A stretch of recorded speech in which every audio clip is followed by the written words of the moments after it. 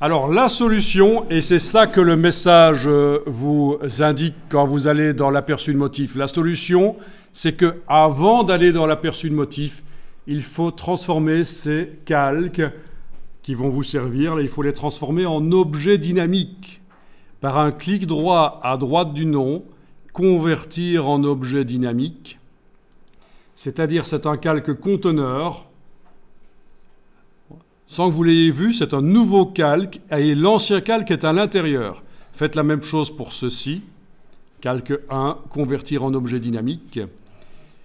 Et donc, tous les problèmes que vous avez vus jusqu'à présent quand vous étiez dans l'aperçu de motif devraient être réglés parce que, en effet, il est impossible, vu que le calque original est dans un calque conteneur, il est impossible qu'une partie du calque à l'intérieur la disparaisse.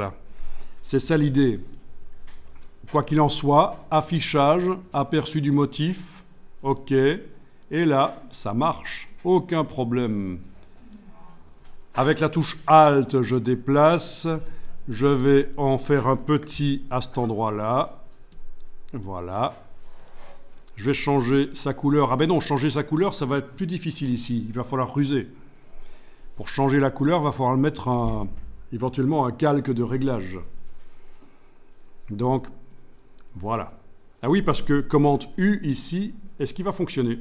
Non, il fonctionne. Dingue. Ils ont amélioré Photoshop.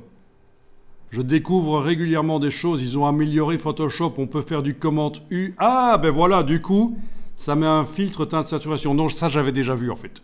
Ça met un filtre teinte saturation, c'est un truc qu'ils ont développé justement parce que sur les objets dynamiques, le teinte saturation, il fallait passer par un calque de réglage teinte saturation, c'était compliqué. Donc ici c'est facile, voilà. Vous avez juste un effet qui est attaché au calque du coup, qu'on peut rétracter.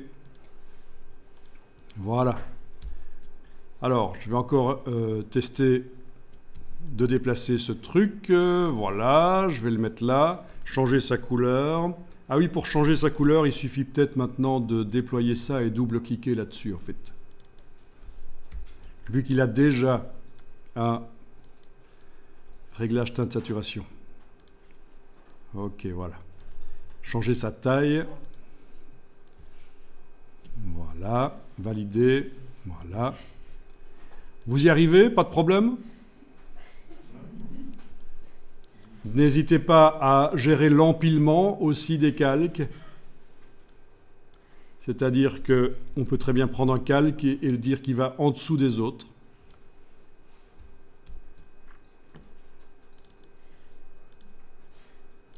Et voilà.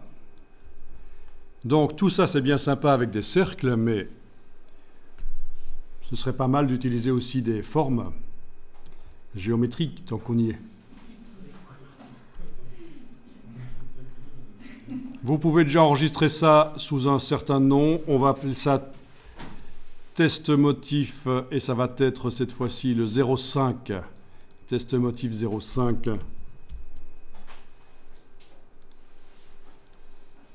Donc on est en train de mettre au point un motif qu'on ajoutera après dans la palette motif et qui sera utilisable sur n'importe quoi.